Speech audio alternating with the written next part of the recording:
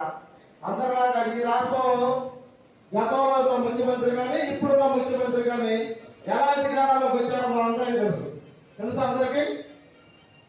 ఇప్పుడున్న ముఖ్యమంత్రి చంద్రబాబు నాయుడు గారు ఎలా అధికారంలోకి వచ్చారు ముఖ్యమంత్రి గారు తెలుసు అందరికీ. వాళ్ళ సొంత మామూలు ఎన్నుకోటు పడిచి ముఖ్యమంత్రి అయ్యారు, అవునా కదా? అదే జగన్మోహన్ రెడ్డి సొంత కుటుంబ సభ్యులను చంపుకొని సాగుతూ ముఖ్యమంత్రి అయ్యారు. కానీ మాయావతి గారు ఎలా ముఖ్యమంత్రి అయ్యారు తెలుసు అందరికీ.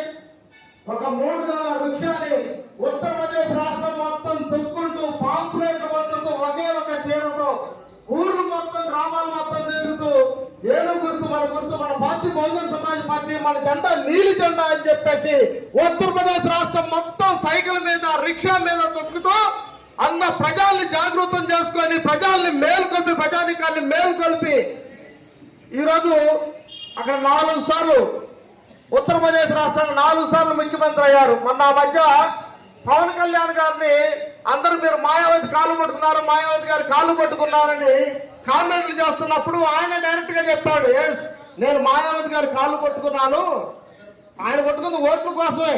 కానీ ఆయన ఏం చెప్పాడు తెలుసా, నేను ఓట్ల కోసం ఆయన కాళ్ళు పట్టుకోలేదు. ఈ దేశంలోనే అత్యధిక కుల వివక్ష చాలా చిక్కగా ఉండే రాష్ట్రం, కుల వివక్ష ఎంతో దారుణంగా ఉండే రాష్ట్రం ఈ దేశంలో ఉందంటే ఒక ఉత్తరప్రదేశ్ రాష్ట్రం. అలాంటి ఉత్తరప్రదేశ్ రాష్ట్రాల్లో బ్రాహ్మణిజాన్ని ఎదుర్కొని బ్రాహ్మణిజానికి ఎదురుగా నిలబడి 4 సార్లు ఆ రాష్ట్రాన్ని ముఖ్యమంత్రి అయినామే. ఆ మీద అందుకని నేను అభిమానంతో కాలు పట్టుకున్నాను తప్పితే ఓట్లు కోసం కాదు.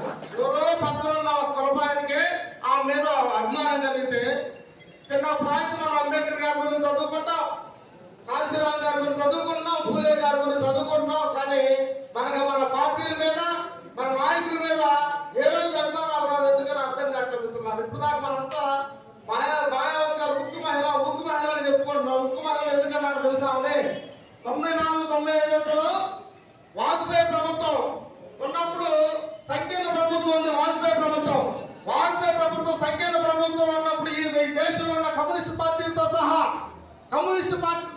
వాళ్ళకి మద్దతు పలికినాయి, బీజేపీ ప్రభుత్వానికి మద్దతు పలికినాయి.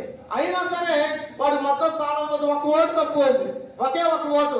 దేశంలో ఉన్న రాజకీయ పార్టీలు మొత్తం మాయావతి గారు చుట్టూ తిరుగుతున్నారు. మీరు ఇప్పుడు దాకా కాంగ్రెస్ పార్టీ దేశాన్ని లేదు, మన కాంగ్రెస్ పార్టీ వద్దు, మనం ఈ బీజేపీని గెలిపించుకుందాం, వాజ్పేయి చాలా మంచివాడు అని అంటే ఇవన్నీ మాకు అవసరం లేదు. ఈ పార్టీ మతత్వ పార్టీలు, కులాల మతాలను రెచ్చగొట్టే పార్టీలు, ఈ బీజేపీ పార్టీ ఎట్టి